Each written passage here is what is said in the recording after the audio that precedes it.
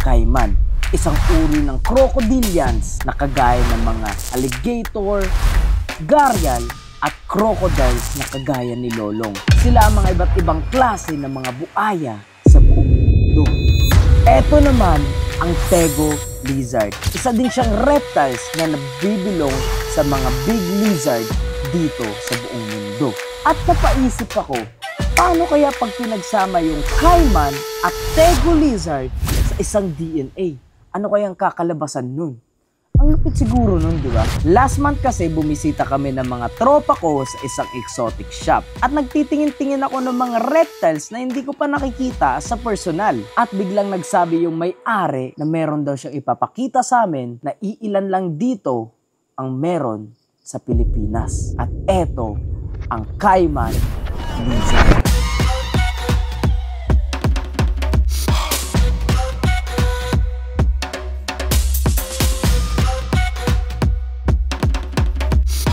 Dracaena guaianasis. Ang Dracaena guaianasis na mas kilalang caiman lizard ay matatagpuan sa northern parts of South America. At isa din siyang semi-aquatic reptiles na pwede siya sa tubig at lupa. At alam nyo ba, ang mostly na mga kinakain nito ay mga snails. Kaya pag kinagat ka sa daliri, bye-bye. Kaya napaisip ako kung bibilin ko ba to. Kasi yung presyo nito ay hindi din biro. Kaya nagtatanong-tanong muna ako sa mga tropa kong professional keeper ng mga reptiles at syempre, nag-research din ako para mapalaki natin ng maayos at maalagaan ng mabuti. Yan mga kaibigan, nandito kami sa QC ngayon. At syempre, taga-probinsya na kami, namimiss namin bumisita sa city. Grabe ka naman sa probinsya. Nasa bundok lang. Bundok. Kumbaga, lumayo-layo lang tayo sa magulo at medyo mainit na lugar. Alam mo naman boy, kasi ang ano ko ngayon, stress reliever. Ayan. Mga reptiles ko ngayon, nandito tayo sa ano guys, sa isang reptile shop. Ito yan sisilipin natin ang mga pinaka malalakas na dragon. Lakas na dragon. Hindi lang dragon dyan, may buhaya dyan. May buhaya pa. Pare, ito pinaka nakakatakot. Di ba talagang hinahamon mo ko eh.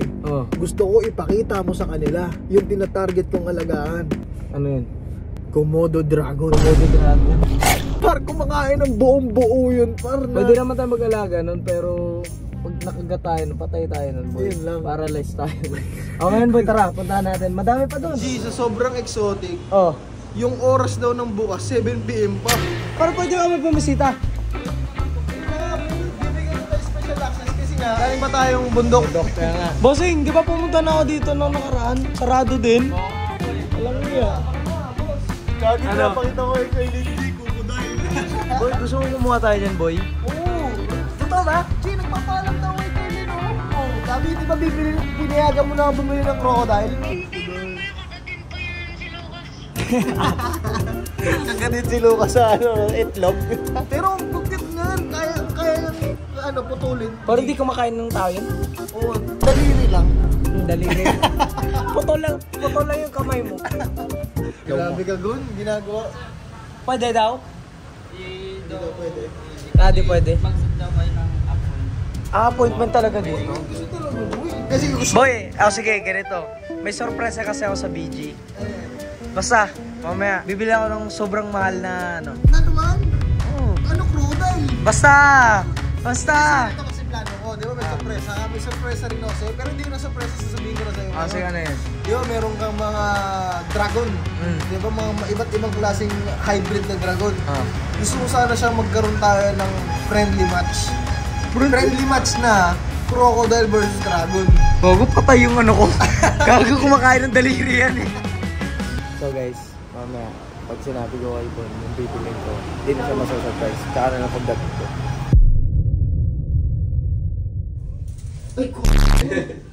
Ay, oo. Nag-gogate, ganda boy. Guys, tignan nyo. Paglaki niya, kabayan. Ano? Kuhin na kita? Kuhi ko na to, boy. Uy mo na. Dalawa bilhin mo. Tag-isa tayo. Pero kung di lang talaga ako bumili ng ano, Birdie dragon ng ano. Baka dalawa talaga bilhin ko, boy. Pero sobrang rare talaga nito sa Pilipinas. Ilan lang talaga meron din talaga. Hindi lahat ng tao makakita niyan kasi ilang farm lang din ang meron. Actually, first time ko nakakita ng ganito talaga. Di ba? Ilang farm lang din talaga meron. Oo, mas naman yan, Gon. Wow. Gagi, seryoso na.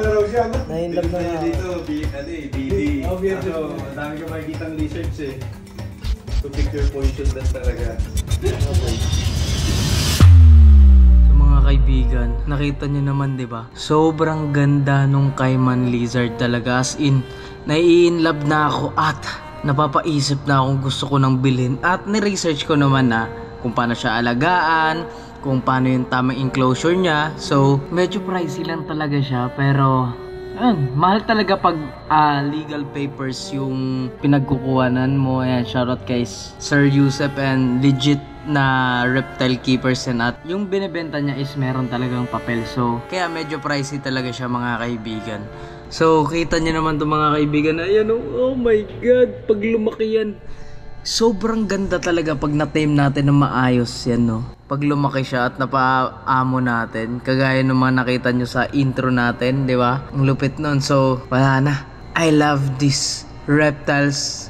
At tara na, bumalik na tayo sa facility ng mga reptiles at kunin na natin yung pinapangarap natin at gustong-gusto kong kunin na reptiles. Let's go! So guys, andito na tayo at andito yung mga Cayman lizard nung nakaraan. Hindi na lang sila pala. Buti nakuha ko. So yung sa akin, nakapak na boss, no? Nakapak na yun sa akin. Meron pa sila dun eh. Boss, pwede bang makapunta dun? So guys, andito yung iba. Yan o. Yay! Yung iguana. Mga tego to, no? Tego. Bang. Ay, ito na pala sa akin, lalo. Ayun! Dito na pala siya. Wow! Guys, ano kayang magiging pangalan nito? Giko. Are you excited, boy? Halika. Challenge ako sa'yo. Pakan mo to. Ang Jesus, may buhaya dito. Pakan nga natin yun. Nakabantay. Pakan mo. Pakan mo. And guys, so ito na. Sana hindi ka mangagat. Takot ako sa'yo ngayon, pero kaya natin sa kotse. Go. Alright, mga kaibigan. First interaction sa binili ko, boss. Ano ba yung buhaya? Cayman lizard. Alam mo, ito ang lizard. pinaka the best lizard in the world. At alam mo magkano? Hulaan mo. 5K. 5K! Lol! Hulaan mo! 5K nga hula ko eh. Oh, grabe ka naman. Worth 5K ka lang daw. At boss! Oh, sige, Pagkuling ko pabuntot dyan eh. Wow! Ano, parang nangangagat yan. Natakot pa nga ako. Bang hilig yun sa mga butik eh. Ay! Wala! Gago ka. Natakot ako. Ay, gago ka. Gago, may stress yan. Oo. Kaya ata ganyan doon dahil ano, maliit ang lalagyan. Uy, huwag kang ganyan. Huwag mo sayawakan yung buntot. Ayaw ng mga lizard na yun, nakawakan sila sa buntot. So guys, biyahe na tayo. Natakot pa ako.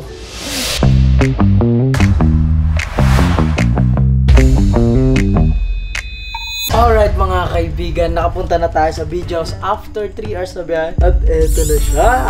Alam nyo guys kung saan ko siya ilalagay. Pinaka perfect spot niya.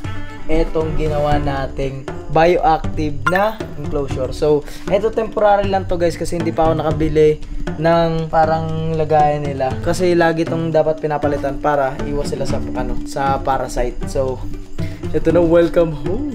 Nakabahan ako guys, first interaction ko kasi itong sa Cayman lizard. Ayun o. Para talaga siyang mga ngagat. Oh boy. Guys, alam nyo ba na ang kinakain nito sa Amazon River is snail. So, dinudurog nila yung snail sa bibig nila. So, pag ginagat ako neto, durog. Ay! Bakit ganun? Guys, matcha-challenge ako dito kasi iti-tame ko to. Guys, matcha-challenge akong i-tame to. Kasi, alam nyo, iilan lang ang merong ganito sa Pilipinas. Kasi sobrang rare talaga. So guys, ito na, ilalagay natin siya dito. Kasi semi-aquatic naman to. Ayan. Wow! Kaya nyo mapawak guys. Bakit ganun? Ayan na. Ayun na. Ang ganda. Paano kita kukunin dyan? Parang nangangagat ka. Guys, feeling ko matcha-challenge mo dito sa Cayman Lizard. Yan ang mission natin, mapapatime natin siya. Subukan mo.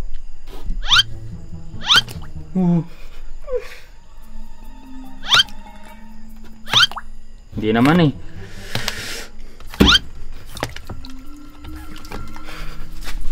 Lagawin. Wag.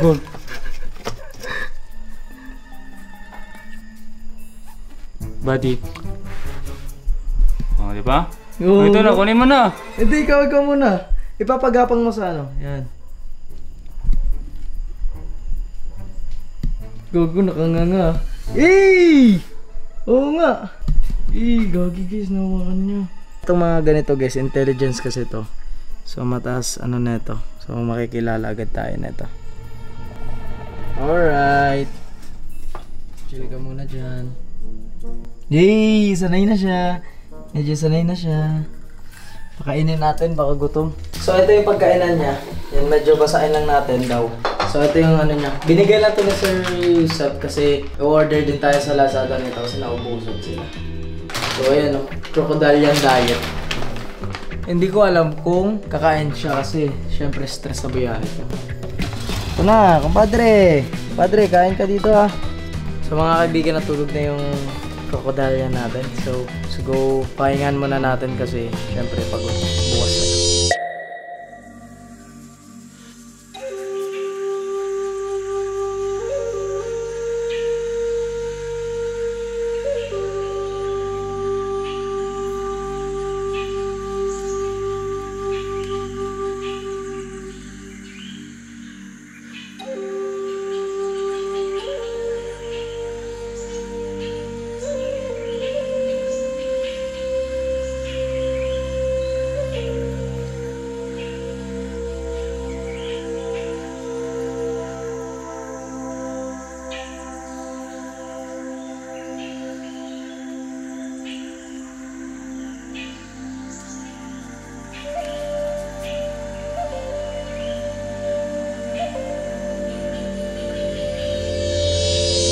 Alright mga kaibigan, this is the day 2 na pagtitame natin. Hinawakan na natin siya. Kasi pinakain ko na siya guys eh.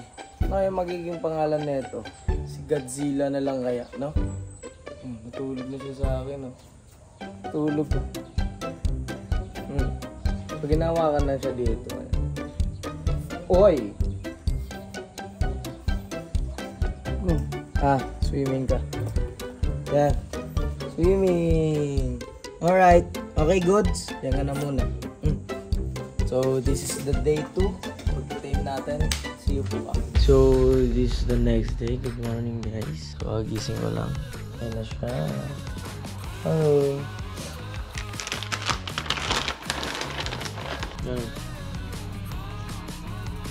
Lunawa na natin guys. So easy na lang natin hawakan. Hey. Hello. Nagbabalat siya guys. Ayan siya, nagsished siya. Ito. Pinaligo ko muna. Ayan o. Ang mga tulong sa shed. So mga kaibigan, nandyan na siya. Ayan o. Halika dito, halika. Ayan o. So mga kaibigan, ayan na siya. Papakainin na natin siya. Tayo subukan. Bumaba. Ay! Oh my God! Agresibo na ang ating kaibigang krokodilo. Ay! No! No! Bad! Uy! O, ayan na. Ay, grabe. Lalagyan na lang natin sa pagkainan niya. Kasi medyo agresibo ang ating krokodilo. Si krokodilo, medyo agresibo. So mga kaibigan, meron pala akong gustong i-share sa inyo na ginagawa ko pag may free time ako. So ito siya mga kaibigan, si Pocket Broker. Alam nyo naman na napapanood nyo sa aking mga videos na sinishare ko talaga tong Pocket Broker. So mga kaibigan, papakita ko sa inyo paano ko gamitin si Pocket Broker. Halika kayo, meron tayong buy and sell dito. So syempre, maglalagay lang tayo ng $100 dito at try natin mag-buy. Yan, so naglagay lang ako ng $100 dyan at eto na. Boom! So mga kaibigan, nagkaroon tayo ng profit na $40. Ayun, so ganun lang siya kabisa mga kaibigan, pero do your research bago kayo mag-trade mga kaibigan kasi pinag-aaralan po yung trade, no? Meron pang mga indicators na dapat nyo malaman. At syempre mga kaibigan, para magkaroon kayo ng 100% bonus sa una nyong deposit, gamitin nyo ang aking promo code na XGMG. So mga kaibigan, kung gusto nyo i-try, nasa link in the description. Alright? Hey, next day. Ano siya? Masama ka na sa akin ah. Ayos ah. Ano? Sa boy? Ikilala niya na ako guys. Eh. Di ba? Yan naman siya. So nanampal na naman sa akin sa mukha. Hoy. Oh. Pati kayo sinasampal yo. Bad. Pero magiging babait yan soon. So mga kaibigan, dito yung pool niya. Tapos naisipan ko na dito na lang siya. Para malaki ang kanyang languyan. Ano na sa ilalim? Woo! Gagong angas. Talagyan mo pa yung isla. Hindi siya. Oo, ang panis. Babalat siya yun. What's up, boy? Ma! Ito na yun, oh. Touch mo, touch mo. Touch mo. Hindi, gagarat. Bigla na lang siya nag-dive bigla. Tignan mo ma. Paano maglumangoy. Bigla talang kagatin yan. Hawakan mo ma. Ay, ayoko yan. Ayoko yan. Ayoko kuya. Nilagyan ko kanya. Tapos si mama. So yan mga kaibigan. Ayan. So kukustomize ko kasi yung enclosure niya. Lalagyan natin ng aquarium na automatic na lang siya na nandun. Para pag gusto niya mag-submerge, diba? So ayan, sinusok ko muna siya para fill na yung water. Kasi dun medyo maliit pa siya. Medyo maliit pa yung water niya. So customize natin yan. Alright! Ngayon, oras sa mga kaibigan. Alas 3 na ng madaling araw. Tapos kompleto kasi yung BG. So ngayon, kukunin na natin ang ating crocodile. O, hindi na siya sa una, di ba? Yung unang first interaction natin. Pag gumagano siya. So mga kaibigan, narangan natin ng merch ko. Huwag nyo kalimutan bumili. Eto na mga kaibigan. First interaction ng BG at BG Girls. 3, 2, 1. Hawakan nyo. Hawakan mo. Hawakan mo, ganun lang. Tupo ba yan? Gagi, crocodile yan. Gagi, ba't nagalit siya? Hindi ko mapasuin natin time ng ano pa lang to, pang 4 days. Pang 4 days? So hindi siya pa siya ganun ka-friendly sa mga tao? Pero ikaw, ano ka na niya? Hindi pa rin, ayun kayo. Oh my God! Ayun, hindi ba kami best friend pero nung unang araw hindi ko mahawakan. Ano ba siya nanonoklaw? Kumbaga ang kinakain nito snail. So pag nakagat ka nito, durog din kamay mo. Durog din daliri. Kinagot ako dyan, pipitikin ko yan. Ayoko. Nasabi mo, durog ang kamay, nilalapit mo sa akin. Sige, gagi. Tingin ko lang 100. Hindi, dapat. Hindi, hawakan mo lang boss, hawakan mo lang. Igaganon mo lang. Wag. Alam mo ba magkano to? Magkano? Sabihin mo tayo magkano to eh. 100,000. 100,000 to. Wag. Buti hindi ka na nakagat. Oo nga, go. Ako na takot. Hindi, hawakan mo boss. Hindi, igaganon mo lang. Ayoko! Hindi, okay lang yan para igaganon mo lang siya. Nangahampas ng buntot yan. Oo. Ay, si Rin matapang to. Alam mo, matapang to. Igaganon mo lang. Igaganon mo lang. Tangi gusto kasi niyang pinipet siya sa ulo mo ganun. Gawa ganun yung buntot. Ganun. Ayaw nga niya, pupilitin yung gulat. Hindi, dapat kasi sinasanay talagang ganyan para ma-interact sa tao. Diyan muna siya, tapos papakitaan ko paano lumangoy. Ano siya? Para siyang mini Godzilla. Nangahampas ng buntot, no? Bitik, no? Ganun eh. Si swimming yan? Mabalibag ko yan eh. Oo, pa niyan, laki-laki ng pool. May chlorine yan eh. Paano makuha yun doon? Hindi, kailangan talaga sanayin. Hindi tabi mo sa pagtulog mo. Tara. Bitik, no? Ano ginawa mo ano? Piprito mo ba yan? Fried chicken, ah.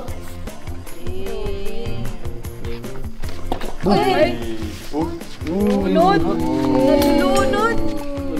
Gagin, tumahi paro. Ganito ba? Saan? Tumahi yun, oh. Ano yung mga pupo niya, oh. Nagpapanik siya kasi ano. Nakita sila. Tsaka mas ano dito, mas madali siya hawakan sa... Ganito yung galaw. Alright. Lakas mo, good. Okay na siya. Eto na, si Argon. Oy! Uy! Ay! Papay, wala Parang kinakabahan na tuloy ako. Alam yung pangalan yan? Ano? Krokodilo. Uy, sayo niya kanina. Dapat ang pangalan nila yung coconut. Oh, dali. Hawakan mo na, boss. Ito na. Ano kaya lasa ng karne niyan? Pag inihaw. Tara. Ihawin daw mo, kunwari isaw. O sige na, lagaan mo na yun, G. Na-stress na eh. Sige na. Coconut, see you soon.